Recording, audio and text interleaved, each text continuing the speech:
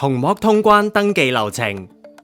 首次登記紅膜自助通關嘅人士，澳門居民可使用澳門居民身份證或一戶通我的通關二維碼；香港永久性居民可使用香港永久性居民身份證或港澳通關二維碼；而外地僱員及在澳就讀高等院校之外地學生，如屬內地居民，需使用往來港澳通行證。其他人士可使用已登記自助通關嘅旅行證件或外地僱員身份認別證。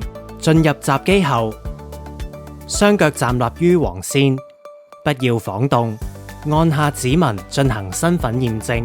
驗證完畢後，屏幕上將詢問閣下是否同意儲存紅膜信息作自助通關用途。點選同意後，開始進行紅膜採集。眼睛與屏幕嘅距離約50至60 cm， 紅膜鏡頭會上下升降，追蹤眼球位置。